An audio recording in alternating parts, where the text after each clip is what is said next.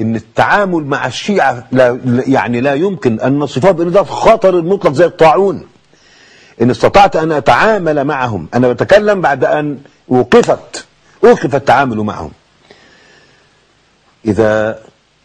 اذا كان التعامل معهم مع اجتناب خطرهم ووضعهم في اطار، لكن انا شايف الكلام غير معقول، كأن الشيعة دول لن يستطيع احد ان يمنعهم، وكأن الشعب المصري شعب أبله. أو ما يجوا الشيعة وهيقولوا لهم سبوا أبو بكر وعمر، تلاقي المصريين ماشيين في الطريق لعنة الله على الصحابي الفلاني، لعنة الله. لا طبعا، رضي الله تعالى عنهم، رضي الله تعالى عنهم جميعا. من قال ان الشعب المصري الى هذه الدرجة؟ هل تشيعت الكويت؟ هل تشيعت قطر؟ هل تشيعت المملكة العربية السعودية؟ اطلاقا ما حصلش. وبعدين احنا كأهل سنة حجتنا قوية، وشعبنا المصري يحب الصحابة ويحب أبا بكر ويحب عمر رضي الله تعالى عنهم جميعا، ويحب آل البيت ويحب عائشة رضي الله تعالى عنها. ده أمر يعني يبين أن المسألة وراءها ما وراءها. أصل إيران الشيعة بيسبوا الصحابة رضي الله تعالى عنهم، وهذه إحدى الكبر. طب ماذا عن النصارى الذين يسبون الله عز وجل؟ وقال اتخذ الرحمن ولدا لقد جئتم شيئا إدا تكاد السماوات يتفطرن منه وتنشق الأرض وتخذ الجبال هدا أن دعوا للرحمن. ما رأيكم في قول أحد الشيوخ والعلماء المعروفين بدون ذكر الاسم، والذي قال الآتي فيما يخص الشيعة والتعاون مع إيران في اتجاه يصب في مصلحة التعاون معهم كدولة؟ إن الشيخ، طبعا أنا ما أعرفش مين الشيخ ده، لكن لا أظن إن في هناك شيخ قرأ التوحيد، لا أظن إن شيخ قرأ التوحيد ويغار على دين الله وعنده في قلبه مسحة من تعظيم السنة يقول الكلام يقوله ده. لا يمكن، لا يمكن. لا أظن أن في شيخ أقول بيحب الإسلام أو قرأ في التوحيد أو عنده شيء من فضل يقول هذا الكلام. لا أظن هذا مطلقا، فأخشى أن يكون هذا الكلام مدسوس أو غير صحيح. نسمع ما يقول الشيخ ولن أعلق إلا بما ذكرت، لأن أحيانا الكلام إذا كان فاسدا فأفضل رد عدم الرد.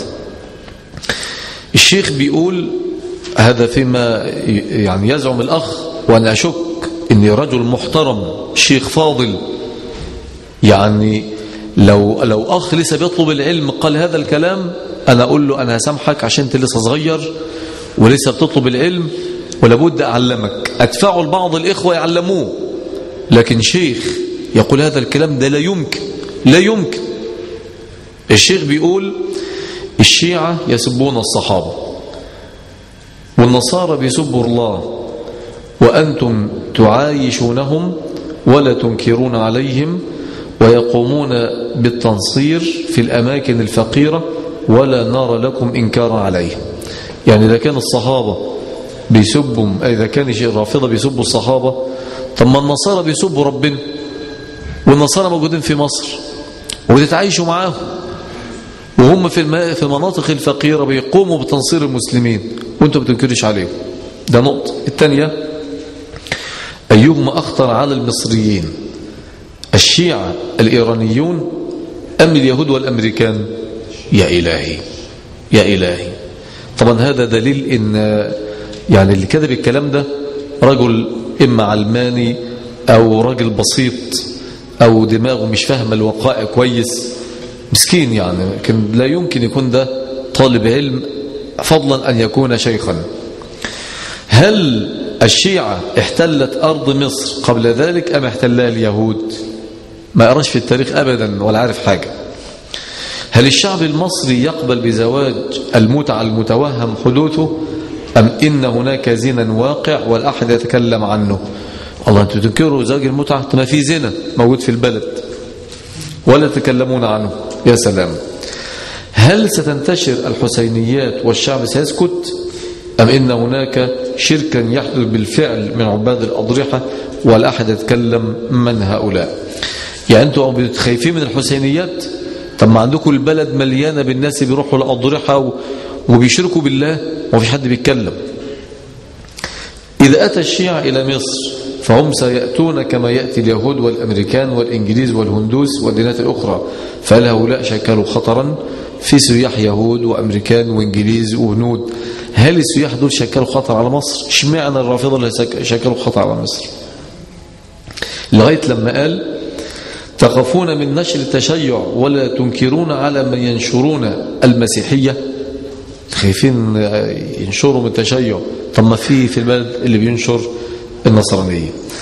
تخافون من نشر التشيع ولا تخافون على مصر من الفوضى والانهيار الاقتصادي والجوع الذي سينتج عنه ما هو أخطر، هو انتشار الهرج والقتل بين الناس. ايه الكلام ده؟ طبعا كما قلت لكم أحبابي، أنا لا أتصور طويل بعلم صغير لسه ملتزم بقاله 3 أيام لا عارف حاجة في الدنيا ولا قرأ ولا درس يقول هذا الكلام، فأنا لا أصدق أن شيخا فاضلا يقول هذا الكلام أبدا. نسأل الله تعالى أن يهدينا وأن يوفقنا وأن يحفظنا وأن يصرف عنا السوء والأذى، وسامحوني على الإطالة، وأسأل الله تعالى أن يبارك لكم في أعماركم وأوقاتكم وأن يديم عليكم نعمته وطابت أيامكم بخير وسعادة، وصلى الله وسلم وبارك على نبي الحبيب محمد وعلى آله وصحبه وسلم. سبحانك اللهم وبحمدك، أشهد أن لا إله إلا أنت، أستغفرك وأتوب